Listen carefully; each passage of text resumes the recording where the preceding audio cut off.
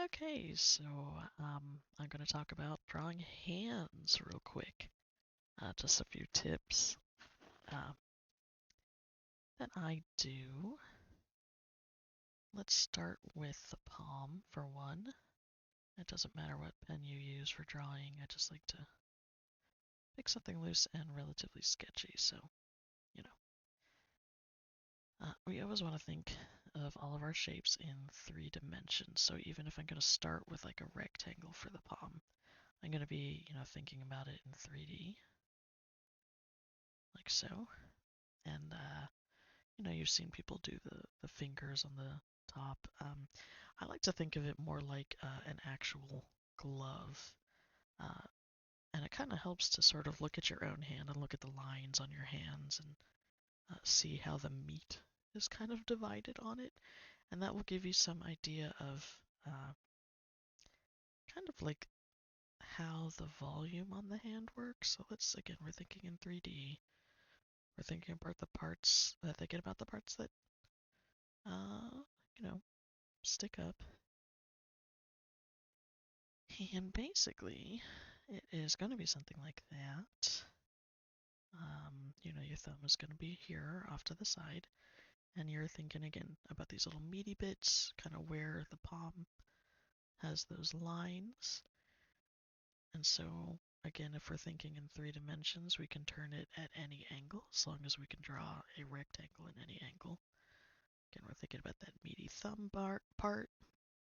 We're thinking about the top part of the palm, and we're thinking about those fingers, like so. And then we would do the fingers. Keep it really simple. Just draw the joints, right? Like, here's my palm. We're just going to draw from the knuckle. Let me use different colors for the different fingers so you can kind of see what I'm doing here. And like so. Now that we have these joints, we can treat that like the top of the finger and just kind of go from there, right? So we're thinking about straights and curves. We're keeping the tops of our fingers straight, and we are curving the inside. There's our knuckle. The blue one was our next one, just like so. The green was our next one, just like so. And our other one in the back there. Just like so. And remember, we were talking about the meaty part of the hand, that padding. You can think about it like um, a sports glove, something like that. And that will give us an idea. Oops. Let's do our thumb.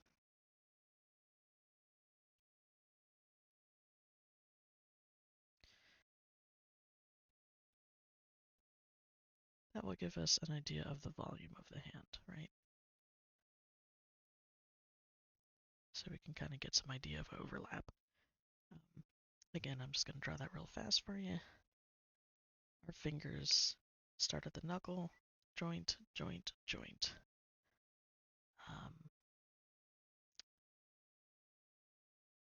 Next one over, knuckle. Remember, your middle finger is slightly longer. And let's do blue one in the far back. And then once we have these, it's kind of easy to draw from there. You've got your joints. Oops. Don't forget to overlap. I think a lot of people are just too afraid to overlap the fingers, but that's what gives it volume.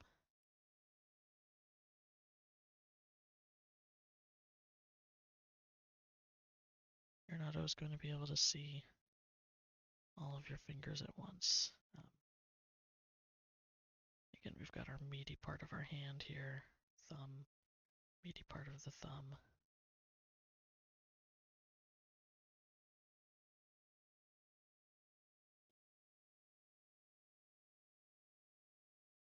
Don't be afraid to overlap, like so. And you have a hand. A little bit long. Drawing hands from this angle kind of hard. Obviously, you want to start with your basics, and when you want to get a little bit more complex, other than looking at your hand like this, if you really look at your hand, let's say the thumb is on this side. If you really look at your hand, it is actually a little bit more like this. Notice that little edge there. You've got a little bit that comes off here and here, and that's kind of how your fingers go to. You think about the length of your fingers. Think of them like so. There's your thumb.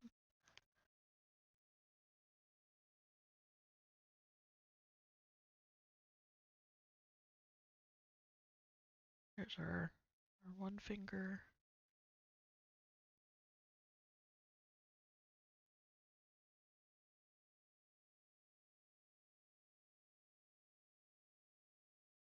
What else? It tapers at the wrist.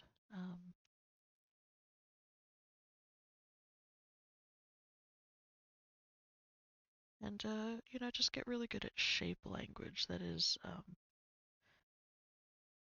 don't just think of fingers like sausages.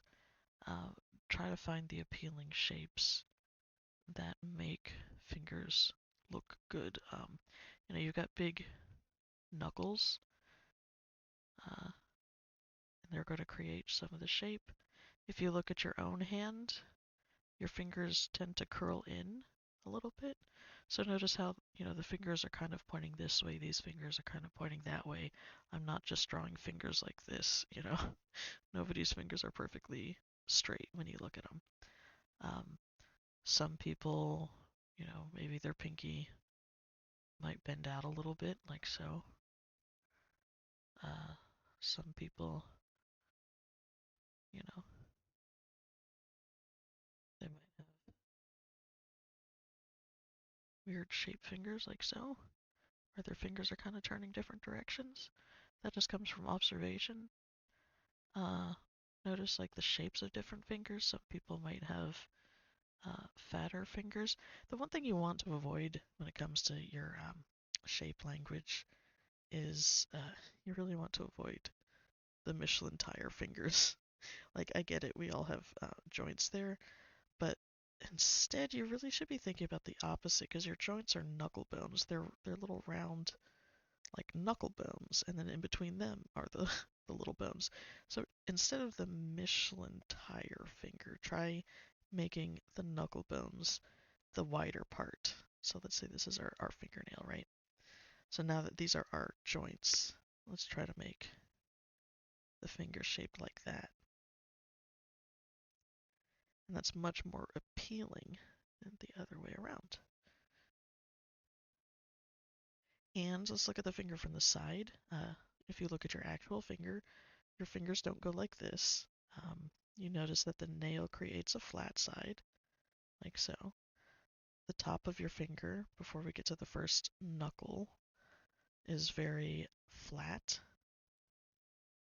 And then the meat of your finger comes off of that, like so, until you get to the first bone. Again, flat, meat, and you can play around with the shape too. It doesn't have to be so exact. Uh, so let's see. You know, you can get stylistic with it. You can kind of play around with what shapes look really good.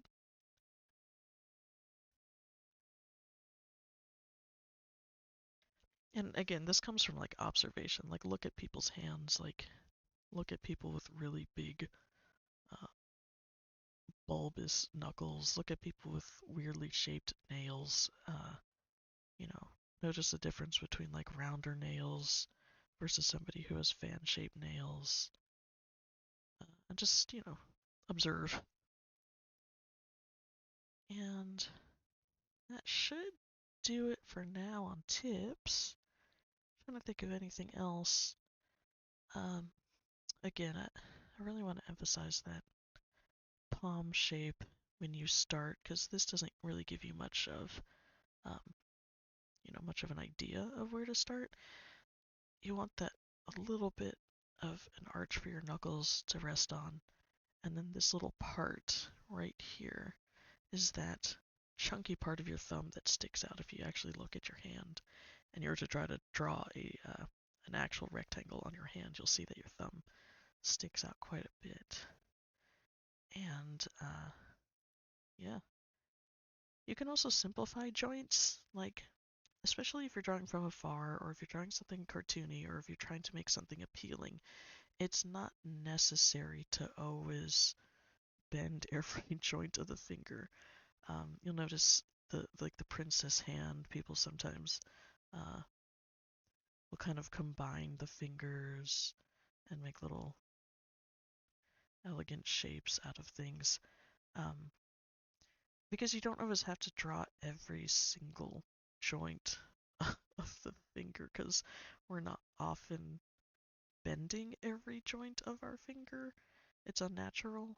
We tend to kind of like try to wag your finger. Notice as you're wagging your finger back and forth, you're not bending every single joint. Um, so you don't have to draw every single joint. If you're drawing like a really cartoony, like Mickey Mouse hand, you still want to think about joints, right?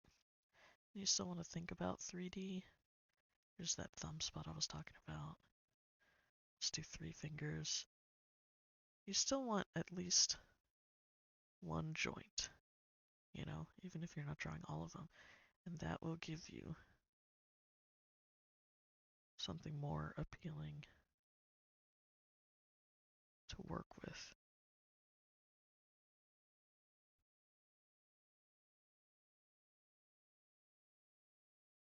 Even if I'm not drawing every single joint here, there's just one knuckle. This is the invisible knuckle that I'm talking about. This would be where your nail is. But I'm not drawing this joint. It's not necessary. I'm smoothing it all into one shape. Just makes it more appealing. Um, and of course, you can get even simpler if you're talking about like cheapy hands or little fat animal hands. You know, then you almost don't have any joints at all.